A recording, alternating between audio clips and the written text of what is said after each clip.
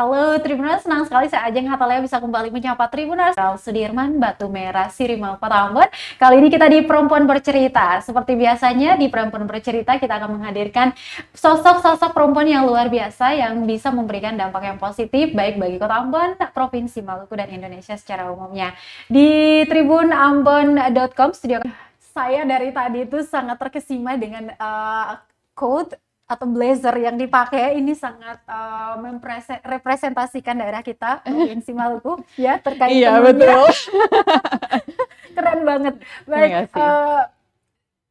seperti yang kita tahu, Tribuners, saat ini kita di Perempuan Bercerita, kita mengangkat tema untuk kali ini yaitu prinsip parenting dan pengaruhnya terhadap kehidupan. Nah, Tribuners, seperti yang kita tahu juga bahwa membesarkan ya juga mendidik anak ini memang bukanlah perkara yang mudah. Namun dari dasar ini juga akan menentukan bagaimana sih perkembangan anak, pola hidupnya ke depannya itu seperti apa, tergantung daripada pola asuh yang dimainkan oleh orang tua ini. Ini penting banget untuk bisa dibahas di Perempuan Bercerita kali ini. Untuk itu kami menghadirkan Kepala Sekolah Fast Start ini, Ibu Beth. Nanti selanjutnya akan saya sapa seperti itu karena beliau ini juga sangat concern sekali terhadap pola asuh anak di Indonesia, khususnya di Kota Ambon, Provinsi Maluku. Nah, sebelum kita melaju terkait dengan tema yang bakal kita bahas di sore hari ini, mungkin kita akan kenalan dulu bersama dengan Ibu Beth. Mungkin Tribuners yang saat ini lagi memantau layar monitornya, waduh ada bule di tribunambon.com, tapi bahasa Indonesianya lancar. Jadi kita tidak akan pakai bahasa Inggris full di sini, Tribuners. Oke, Ibu Beth, mungkin bisa bercerita dulu saat ini sedang sibuk dengan hal apa ini? Ya, saya pada dasarnya ya memang sibuk dengan mengurus sekolah saya, tapi juga menjadi seorang ibu untuk 4 anak. 4 anak, Iya. cowok cewek?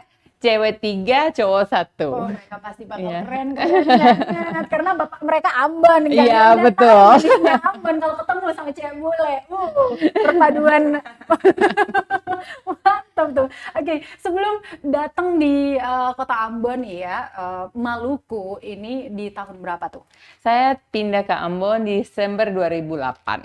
Berarti terhitung kurang lebih 13 tahun lebih. 13 tahun lebih ya. Oke, sebelumnya di mana dulu nih? Pindah-pindah di Indonesia. Saya lahir dan besar di Jawa, tapi waktu SMA kembali ke Amerika melakukan studi saya sebagai seorang pendidik di Amerika.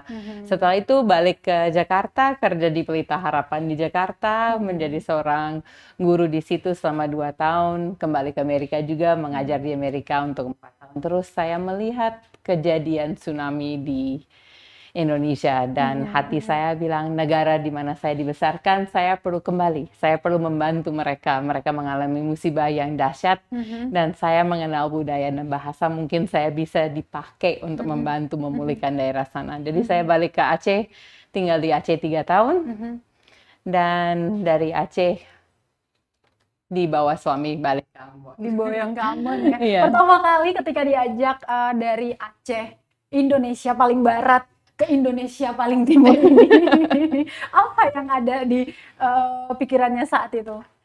Ya pasti saya tahu walaupun Indonesia sama-sama Indonesia, pasti budaya beda, bahasa beda, penyesuaian karena saya juga mengenal beberapa teman dia di Aceh yang orang Ambon, orang Maluku. Dan belajar bahasa saya merasa cepat sekali cara bicara orang Ambon dan menyingkat pakai bahasa yang lebih singkat daripada bahasa Indonesia. Jadi belajar untuk mengerti dan memahami. Saya tahu saya akan beradaptasi, tapi ya kalau punya kesempatan untuk membantu suami saya kembali ke daerah asal dia dan membangun daerah dia, ya itu kesempatan yang kita mau lakukan dan saya ingin menjadi berkat untuk orang-orang yang ada di sini. Luar biasa sekali motivasinya Tribuners. Ya, kita sedang live ya di kanal YouTube dan juga Facebook fanpage. Saat ini Tribuners, kalian bisa menitipkan pertanyaannya terkait dengan tema kita pada hari ini di kolom komentarnya. Nanti bakal kita bahas selama kurang lebih ya 30 hingga 1 jam ke depan di Perempuan Bercerita sore hari ini. Baik, terkait dengan tema yang bakal kita angkat pada hari ini, yaitu saya intip lagi sebelum salah, prinsip parenting dan pengaruhnya terhadap kehidupan. Boleh diceritakan pada kami Tribuners juga apa yang ada di benak Ibu Beth ketika datang di Kota Ambon jika melihat kondisi ini. Namun sebelum kita menuju ke sana lagi, konsep parenting yang Ibu pahami itu seperti apa? Parenting adalah kesempatan kita mengasuh anak bukan hanya memenuhi kebutuhan mereka secara jasmani, secara emosi, secara intelek, secara emosional dan secara spiritual, biar mereka bisa berkembang semaksimal mungkin. Karena kita punya potensi untuk mendidik anak-anak yang bisa hidup secara mandiri dan berperan secara sendiri waktu pada masanya mereka sudah dewasa. Iya, itu konsep parenting yang kemudian Ibu pahami. Kenapa sampai parenting itu menurut Ibu harus penting banget untuk bisa kita pahami di era sekarang ini? Ya, parenting itu dari dulu penting, bahwa kita harus mendidik dan membesarkan, dan pengertian kita makin hari kita banyak terekspos dengan dunia, dari banyak macam media, banyak macam sumber, sampai kita harus mengerti bahwa cara kita mendidik berubah sedikit dengan zaman, bukan dengan cara lama. Jadi kita harus belajar cara baru karena kita menghadapi masalah yang baru. Waktu saya dibesarkan, ya saya bermain di luar karena itu yang ada, tidak ada gadget untuk menghibur saya di dalam. Tapi sekarang dengan zamannya COVID membuat anak-anak lebih banyak di dalam selama pandemi. Itu sudah mulai berkurang, tapi juga kekhawatiran orang tua untuk membiarkan anak bermain di luar sendiri karena zaman orang kejahatan sudah meningkat dan kita harus hati-hati dengan menjaga anak kita jangan sampai sesuatu terjadi kepada mereka di luar sana yang kita tidak harapkan. Apakah dengan sistem pola asuh yang diterapkan oleh orang tua ini nih juga akan memberikan dampak terhadap tumbuh kembangnya anak di kemudian hari? Pasti cara kita mendidik, membentuk mereka itu punya dampak kepada mereka secara pribadi. Kalau kita bisa belajar, mengerti bahwa ya mereka adalah manusia yang dititipkan sama kita oleh Yang Maha Kuasa, bahwa kita harus membentuk mereka dari kecil dan kita diberi kesempatan untuk membentuk karakter mereka. Ada pengetahuan secara psikolog bahwa anak di bawah 5 tahun itu karakternya dibentuk.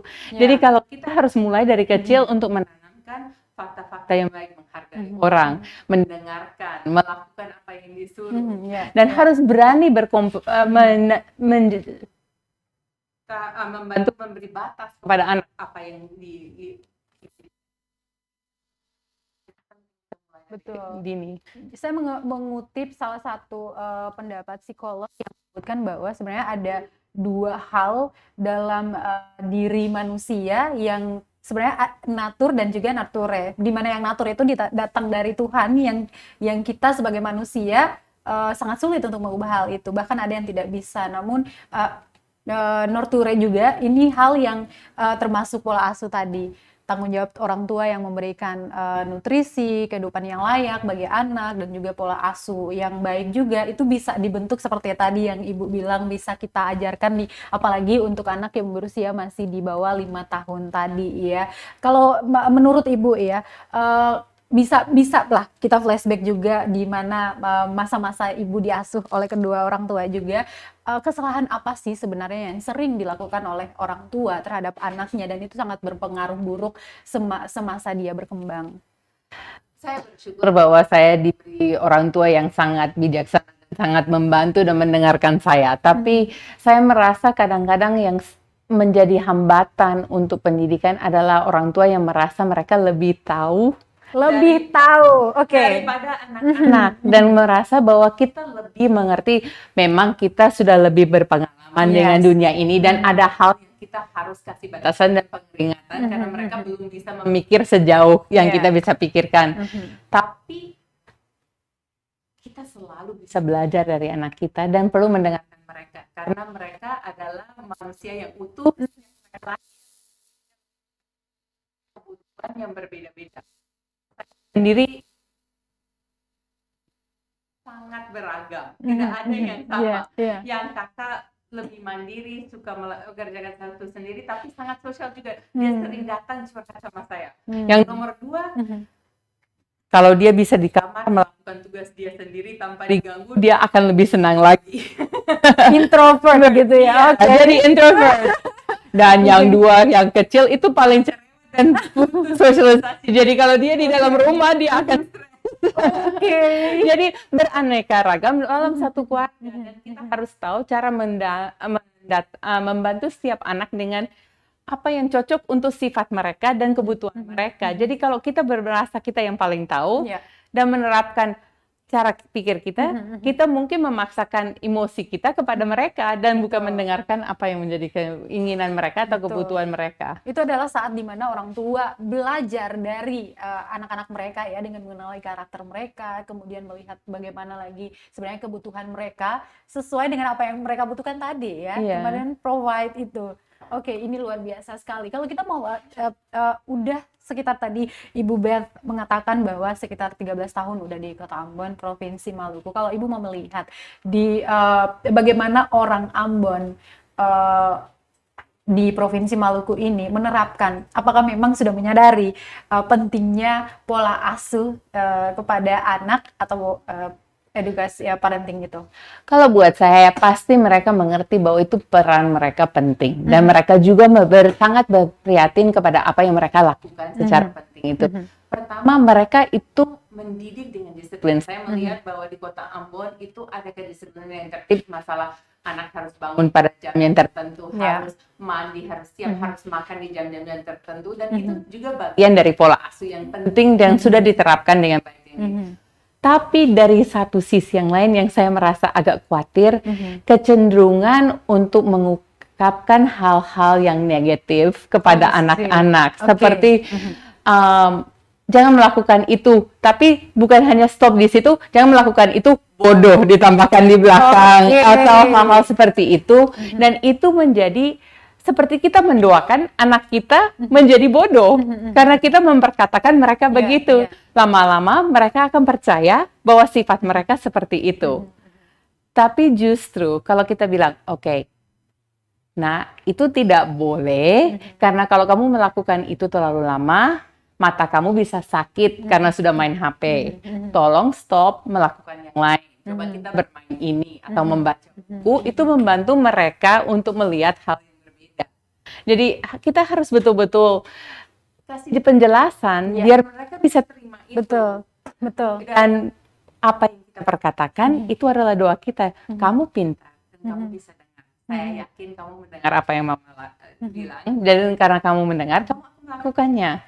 Namun kadang begini Bu, misalkan saya melihat di lingkungan kita ini ya, kalau orang tua yang ngajak ngomong anaknya yang misalkan di bawah 5 tahun yang pengucapan pelafalannya juga belum betul dan terbata-bata seperti itu, malah diikuti cara pengucapannya, misalnya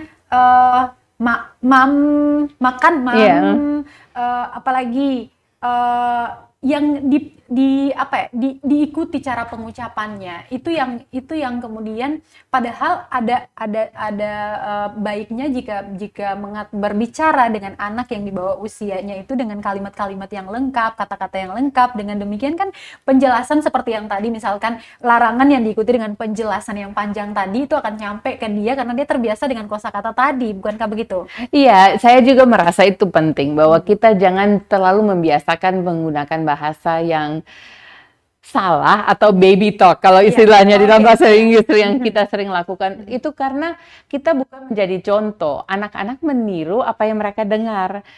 Mereka bukan sengaja mengucapkan dengan salah waktu pertamanya, tapi waktu kita mengikuti malah mereka memikir bahwa mereka sudah benar.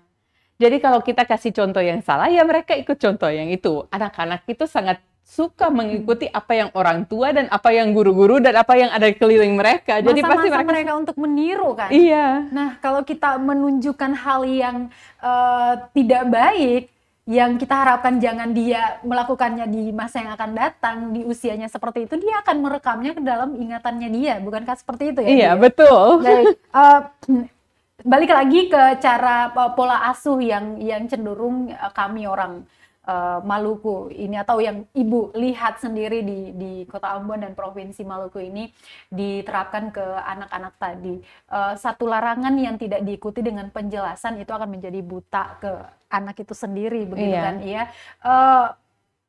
Dampaknya seperti apa? Apakah memang ada dari pola asuh seperti itu kelihatan ke siswa-siswa Ibu di sekolah pas start ini? Kadang-kadang karena mereka takut dibilangin tidak mengerti, mereka tidak mau mencoba. Justru kalau larangan kita membuat mereka merasa lebih minder karena mereka dikasih kata-kata yang tidak positif, dan itu membuat mereka susah untuk merasa bahwa oh, saya berarti dan saya bisa melakukan ini. Jadi mereka merasa minder. Tapi kalau kita bilang, kamu pasti bisa, coba saja, tidak apa-apa kalau salah.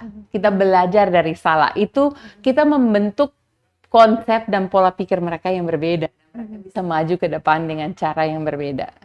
Tapi kadang juga, saya pernah mengalaminya, saya punya banyak sekali ponakan anak-anak dari kakak-kakak saya, yang mana kalau ketika saya ajak untuk ngobrol dan segala macam, saya berbicara ke mereka selayaknya orang dewasa, di mana menggunakan kalimat-kalimat yang panjang, kemudian ngajak mereka ngobrol, mengajak mereka untuk menganalisa sesuatu. Tapi di lingkungan saya itu, baik tetangga ataupun yang mendengar ketika saya berkomunikasi dengan ponakan, mereka akan berpikir bahwa kamu kenapa ngomongnya panjang-panjang sama anak kecil gitu.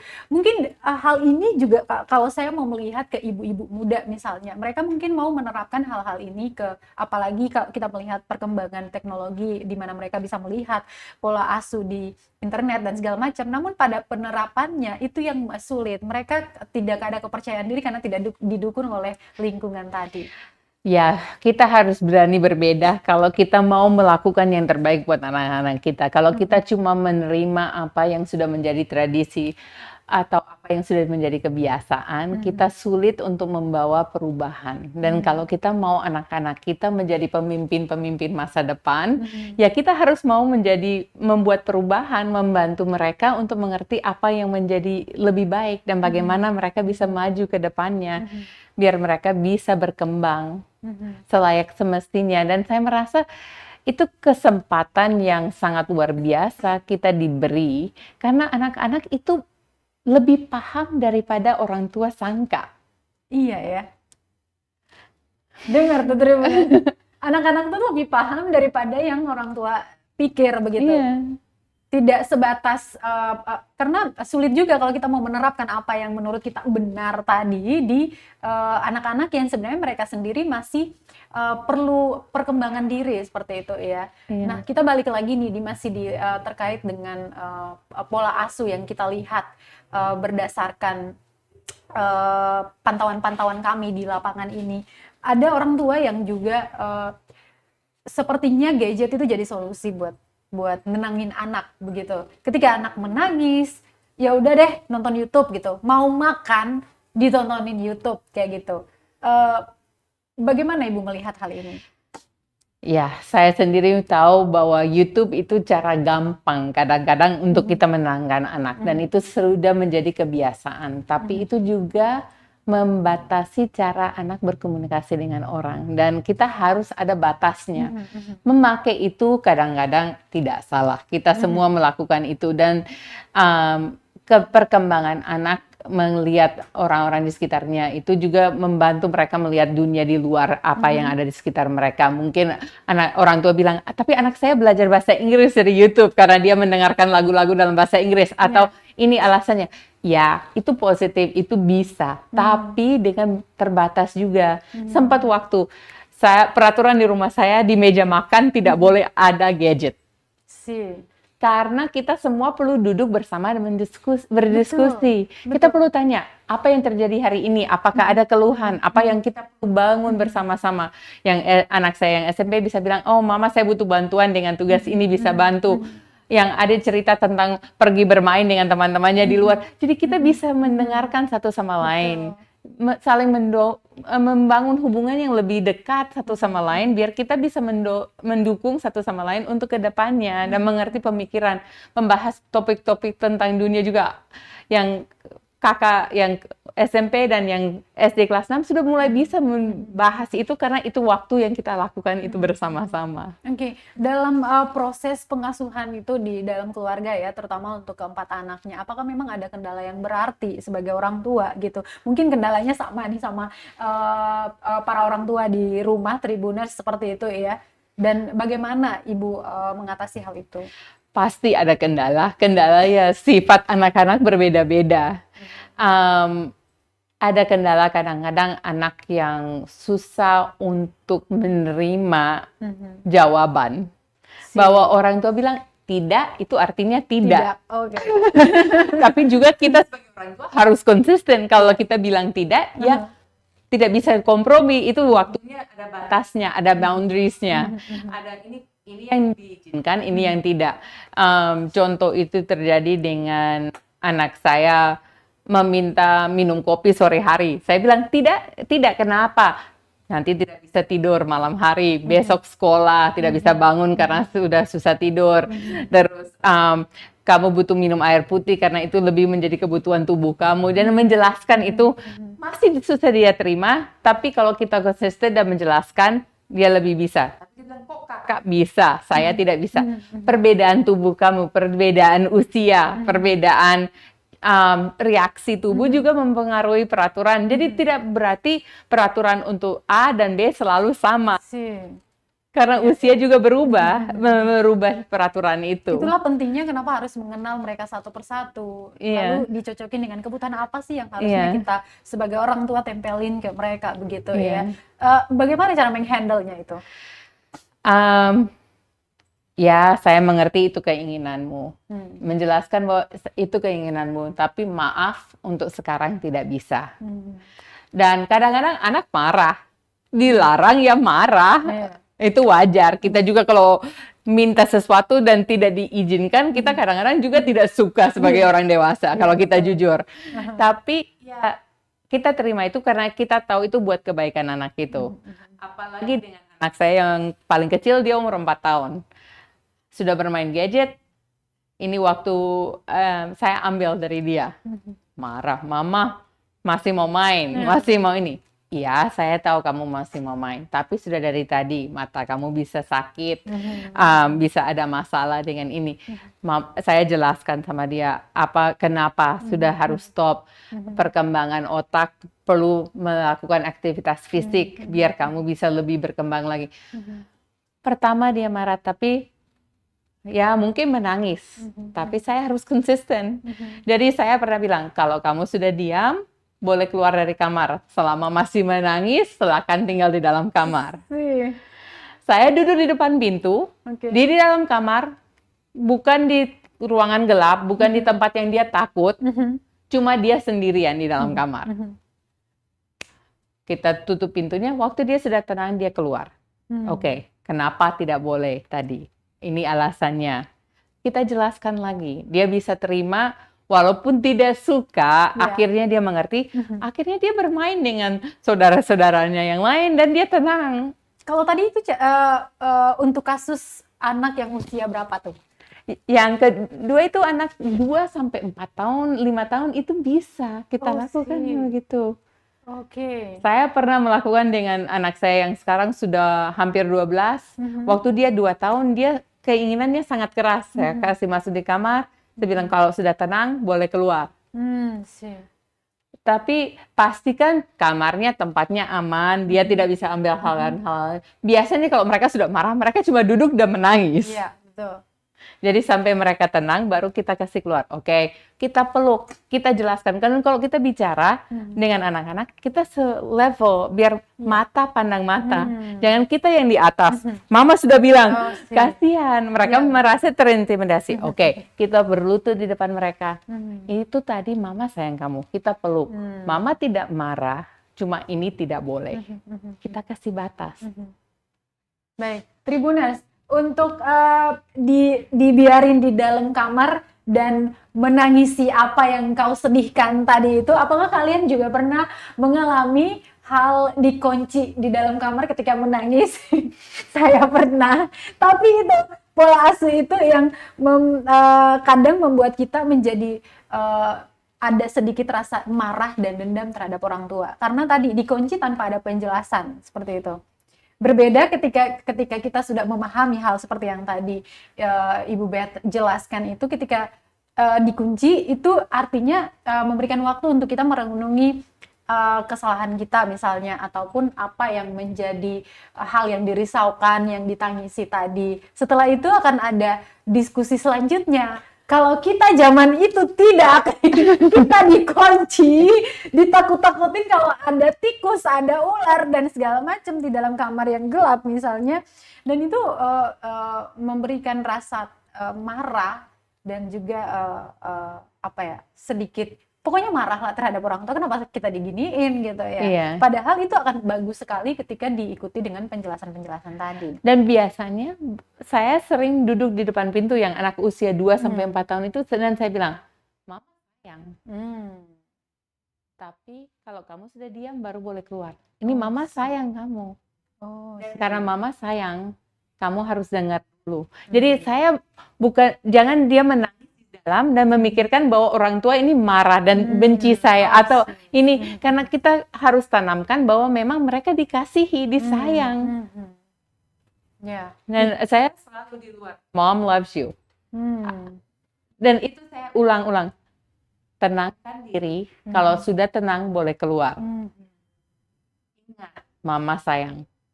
Dan itu yang saya ulang sampai mereka tenang, baru keluar dan kita diskusi. Penjelasan. Nah, ini mungkin untuk sebagian orang tua ya, mengungkapkan emosi, rasa sayang misalnya, atau puji-pujian terhadap anak ketika dia meraih satu penghargaan, misalnya dapat ranking lah di sekolah atau menang lomba apa gitu lah ya. Enggan sekali untuk mau memuji anaknya itu. Apalagi harus bilang mama sayang kamu gitu loh. Kita nggak sapu dulu nih. Kayak gitu tuh. Sebenarnya kalau bisa untuk orang tua baru nih ya, mungkin yang baru-baru, biarlah itu jadi pengalaman kita. Tapi kalau kita mau melihat juga kebanyakan orang tua, mereka juga menerapkan pola asuh dari pengalaman mereka, bahwa saya sukses karena saya dikerasin dulu gitu kan, atau kita dulu kayak gini, ya kita dulu. Bagaimana Ibu melihat kasus seperti ini? Saya waktu pertama pindah ke Maluku menjadi konsultan untuk Save the Children, dan di situ saya menjadi konsultan untuk sekolah ramah anak.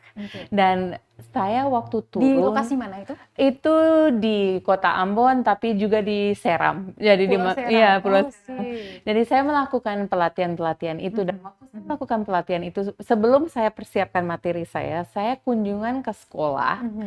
Dan saya juga diskusi dengan guru-guru yang mengajar dan anak-anak. Dan yang saya temukan, penjelasan dari orang tua itu, ya saya jadi orang karena saya dididik dengan kekerasan. Dan hati saya memberontak dengan kalimat itu. Itu culture shock. Ya, mungkin culture shock. Dan karena saya merasa, ya di dalam kandungan kita sudah orang. Jadi orang. Dan karena kita mengajarkan mereka bahwa mereka memang itu sudah orang dari dulu dan harus dihargai sebagai orang. Ya tidak mungkin karena dikerasin mereka terbentuk. Oke, beda keras dan tegas. Beda keras dan tegas. Kita bisa tegas bilang no, tidak. Dan kita kejar-kejar dengan sapu atau dengan tangan kita untuk pukul. Itu beda. Keras sama tegas. Ya, jadi kita mau tegas. Ada waktunya bilang tidak, ya tidak. Seperti yang saya bilang, tidak boleh keluar kalau sudah stop menangis. Dia coba keluar, masih menangis. Bawa balik lagi. Itu tegas. Saya tidak kunci pintunya. Oke. Tidak kunci pintunya Saya tadi ya? pegang, Oh, oke. saya pegang, dan saya ada di luar pintunya. Saya tidak bisa kemana-mana. Ya mungkin itu menghambat pekerjaan, tapi pekerjaan utama saya waktu itu adalah untuk mendidik anak saya. Kadang-kadang pekerjaan lain itu perlu diabaikan dulu karena anak Prioritas. membutuhkan perhatian. Ya, gitu ya. Iya. Saat itu juga kan Ibu ada pekerjaan lain selain mengasuh anak ya. Pasti ini sulit juga bagi beberapa sejumlah ibu-ibu di luar sana yang mungkin sambil berkarir mengasuh anak. Ini bagaimana Ibu bisa membalance hal ini? Masih belajar. Kalau itu saya jujur saja, itu masih sulit kadang-kadang karena kebutuhan anak-anak ya membutuhkan waktu orang tua dan perhatian dari orang tua. Pekerjaan juga membutuhkan itu. Tapi saya harus rela mengorbankan, oke, saya terlambat hari ini ke kantor karena anak saya membutuhkan perhatian ini. Itu saya harus bisa. Dan ya ada konsekuensinya. Potong gaji atau apa, itu konsekuensi yang saya harus terima. Tapi itu demi saya membentuk seorang manusia yang bisa mandiri dan bisa berinteraksi secara sosial dengan lebih baik. Dan itu diajarkan kepada saya oleh mama saya. Saya ingat satu cerita waktu saya umur 10 tahun. Dan hari itu saya tidak ingat kenapa, tapi saya sangat marah dengan mama. Dan mama bilang, kamu tidak boleh ke sekolah sampai kamu sudah tidak marah. Saya teriakin dia, saya tidak marah. Saya tidak marah. Untuk membuktikan dan mama malah ketawa. Dia bilang, kalau tidak marah kenapa teriak? Oke, make sense. Iya. Akhirnya kakak saya pergi ke sekolah dengan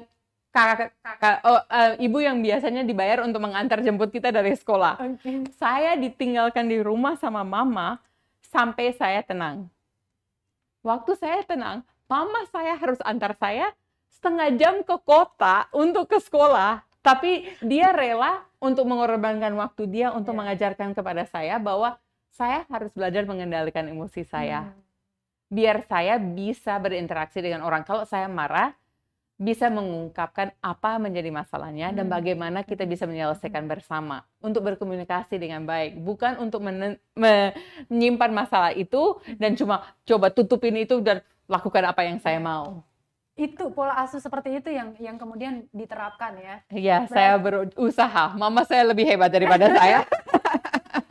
Berarti statement yang tadi saya bilang bahwa kebanyakan orang tua mengasuh anaknya dari berdasarkan pengalaman apa yang mereka alami bersama dengan orang tua mereka sebelumnya. Ini ada positif negatifnya ya. Berarti ini merupakan salah satu hal positif yang kemudian bisa diturunkan ke anak-anak kita saat ini. Beda lagi kalau sapo dulu, apa-apa kekerasan dulu kayak gitu ya. Baik, Tribuners, kita masih asik banget nih ngobrolin tentang pola asuh anak yang kudu diterapkan oleh orang tua di Kota Ambon, khususnya Provinsi Maluku pada umumnya. Kalian kalau masih pantengin layar monitornya di Facebook fanpage, juga kanal YouTube, boleh banget lontarkan aja pertanyaan kalian di comment section, nanti bakal dijawab oleh Bu Beth atau kita diskusi aja di sini. Baik,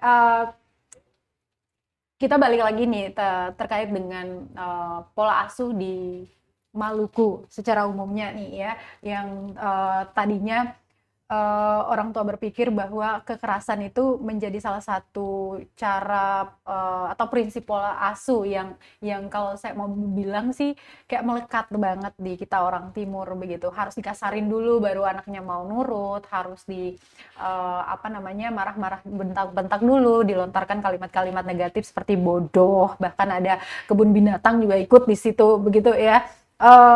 Kalau Ibu melihat sendiri ini pasti tadi hal yang baru kalau kita mau bandingkan dengan budaya Barat misalnya di kami di sini. Sebenarnya bagaimana sih supaya kita bisa perlahan-lahan mengubah atau mengurangi pola asuh yang seperti itu? Kalau masalah itu bukan hanya masalah di timur, ada juga di luar. Jadi saya tidak bisa bilang bahwa itu 100% itu. Ya, pertama ya kita ingin berubah dan kita ingin melakukan sesuatu yang berbeda.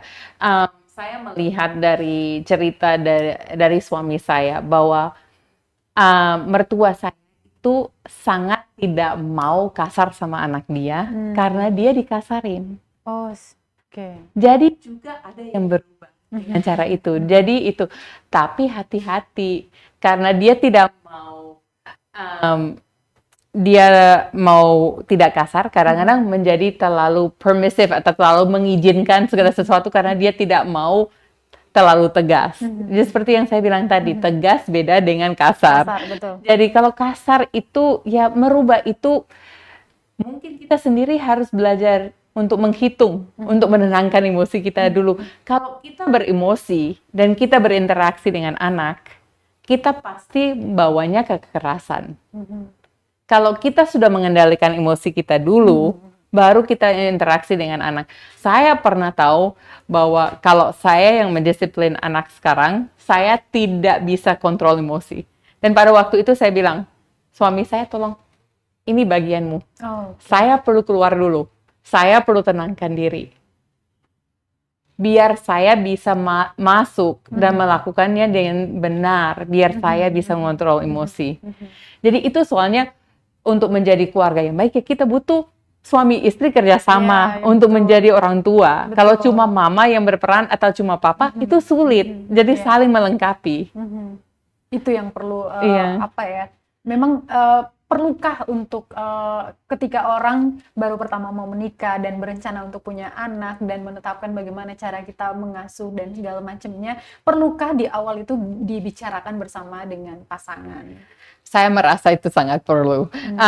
Saya dengan suami sebelum menikah melakukan pra-counseling, pranikah selama 3 bulan sebelum kita menikah. Biar ini kita patut ditiru nih. Kita saling mengenal cara berpikir, karena buat saya itu menikah untuk seumur hidup. Tidak ada cara untuk kita pisahkan. Kalau sudah disatukan Tuhan itu selamanya. Jadi kalau buat saya itu ya karena itu jadi prinsip saya. Saya tidak bisa asal-asal ambil keputusan. Betul. Dan kita harus saling mengenal. Dan saya tahu juga bahwa saya menikah lintas budaya. Dan karena saya menikah lintas budaya, saya harus lebih paham lagi. Dan lebih mengerti lagi tentang apa yang menjadi apa yang penting bagi dia dan apa yang penting bagi saya, apa yang bisa kompromi dan apa yang tidak. Baik, kalau kita mau melihat ini menjadi salah satu kekhawatiran Gen Z, terutama ya kalau kita mau melihat dari thread di Twitter atau di sosial media TikTok yang saat ini lagi ramai-ramainya, kebanyakan generasi muda di sekitar kelahiran 90-an sampai 2000-an yang sekarang sudah menikah, misalnya mereka baru mau menikah dan kemudian punya anak, ada rasa trauma tersendiri, mungkin kita tidak bisa mengukur seberapa berat itu, tapi mereka sendiri mengungkapkan bahwa pola asuh yang mereka terima dari orang tua di zaman mereka itu tidak akan pernah diterapkan di anak mereka. Namun hal itu kemudian dilihat oleh orang tua mereka lagi, si neneknya, mertuanya dan segala macam. Kalian terlalu memanjakan anak dan segala macamnya. Memang balance-nya sulit, memanjakan dan menerapkan itu. Manjakan anak-anak, kadang-kadang ada waktunya anak butuh dimanja. Mereka butuh kasih sayang. Dimanja dengan perhatian ya, bukan dimanja dengan barang. Kadang-kadang kita pikir kasih sayang kita bisa digantikan dengan permainan yang baru, makanan yang enak, atau itu. Tapi mereka lebih dari apapun pingin waktu bersama. Dan itu yang paling penting, untuk menghabiskan waktu bersama. Karena kalau gitu, dan saya merasa keinginan untuk merubah pola didik dari orang tua itu baik. Tapi coba belajar dari apa yang mereka lakukan yang baik juga. Pasti ada yang positif yang mereka tanamkan. Saya melihat di budaya Timur, bangun pagi, sikat gigi, mandi. Ini harus dilakukan sebelum bisa beraktivitas yang lain. Kebiasaan bahwa tidak boleh tidur sampai siang. Itu di Indonesia itu sangat dijunjung tinggi. Walaupun nanti mungkin tidur siang, tapi menerapkan hal-hal seperti itu, kita belajar dari yang positif dari mereka. Ingat, mereka juga yang mendidik kita sampai kita bisa besar dan kita bisa melakukan banyak hal. Jadi hargai mereka, dengarlah mereka, minta nasihat dari mereka, Tapi jika kita lihat bahwa cara mereka didik itu dengan kekerasan, ya kita belajar untuk jangan menggunakan cara itu, tapi kita coba dengan cara yang berbeda. Betul. Ya, masih terkait dengan pola asuh ini. Kalau dari dalam rumah misalnya orang tua dan keluarga-keluarga terdekatnya itu sudah melakukan yang terbaik ini untuk tumbuh kembangnya anak. Tapi satu hal lagi yang menjadi pengaruh paling bekerja dengan sangat cepat yaitu lingkungan, seperti itu. Bagaimana sih orang tua harus maintain itu agar anaknya tidak turut terpengaruh dengan lingkungan yang ada? Diskusi. Buat saya yang paling dasar itu diskusi dengan anak. Anak-anak saya sudah tahu walaupun teman-teman di lingkungan mereka menggunakan kata maki, itu tidak boleh di rumah saya. Oke, tapi mereka sadar ada. Mereka sadar ada, mereka mengenal kata-kata itu, kata-kata kebun binatang, mereka tahu, tapi mereka tahu itu tidak boleh di dalam rumah kita. Dan karena mereka sudah tahu itu, kenapa tidak boleh? Itu tidak menghargai orang lain, itu tidak, dasar-dasarnya kita diskusikan bersama. Dan kita bilang, ini ya kita harus beda, karena kita dituntut untuk melakukan apa yang benar, apa yang baik, apa yang berkenan, itu yang keluar dari mulut kita. Jangan yang membuat orang jatuh. Kamu tidak suka dibilangin begitu, masa kamu mau bilangin orang lain begitu? Iya juga sih Mama, biasanya begitu, mereka bisa berpikir dan bisa logika.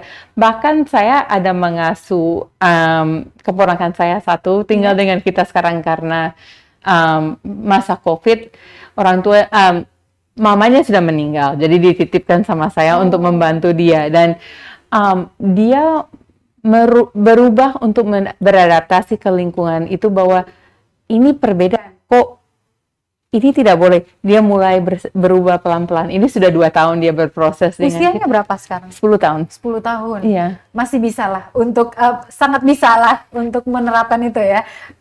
Pola asuh yang sekian lama udah diterapkan ke anak-anak yang lain. Bisa, kita bisa, itu dia melihat bahwa kita tidak membedakan. Anak di dalam rumah saya itu semua anak.